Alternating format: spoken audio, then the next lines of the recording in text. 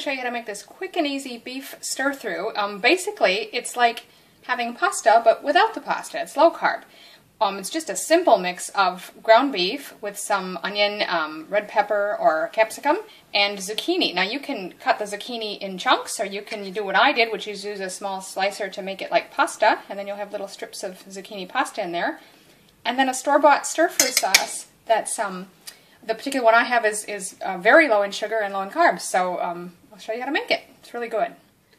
So I've got the ingredients assembled for this. I'm using 500 grams, which is about a pound, of a premium grass-fed beef mince or ground beef. And I've got about a 1/3 cup of chopped onions. I just happen to have some in the freezer, so that's what I'm using. I've got 1 good red bell pepper or capsicum and 1 zucchini. Now for the sauce, it's just, I'm using this Leggo stir-through sauce. It's a sun-dried tomato and roasted garlic. They make a lot of these smaller jars of just a quick stir-through sauce. You basically are meant to just cook your pasta and then stir this through afterwards. You don't have to cook it or anything. This particular one has virtually no sugar in it. It's just a tiny amount in the ingredients, and the carbs are very low, so I'm going to use that. With these simple ingredients, put together a very tasty meal. So I've got the pan heated up. I'm going to just put the beef in it. Along with my onion. And we'll cook that until the beef is browned. Now while that meat's browning, I'm just going to chop up my red capsicum or bell pepper into bite-sized chunks. Nice, quick and easy.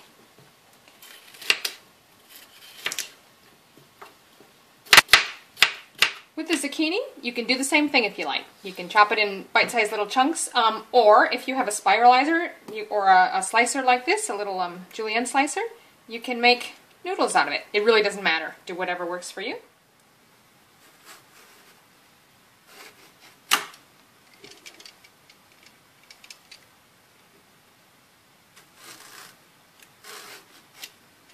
Now I've cut down to a strip of zucchini that's too thin for the julienne slicer to do much anymore, so I'm just going to take a small knife and cut it in little thin strips, what's left here. Okay, so my meat's completely browned, and as you can see, I really don't have any fat in this, so there's nothing to worry about draining. If you do, though, drain any excess fat out of it before we proceed. I'm going to put the chunks of bell pepper or capsicum in, and if you've cut your zucchini in chunks, put those in now too. Because I've got really skinny little strips, they won't take very long to cook, so I won't put them in just yet. Cook and stir this just for a few minutes to start to soften the bell pepper. That's been about 4 minutes, and those red pepper or capsicum strips are about softening just a little bit now. They don't have to be mushy anyway. I like them to have just a little bit of firmness to the bite, and they're going to cook for a few more minutes anyway, so I'm ready to put in the zucchini.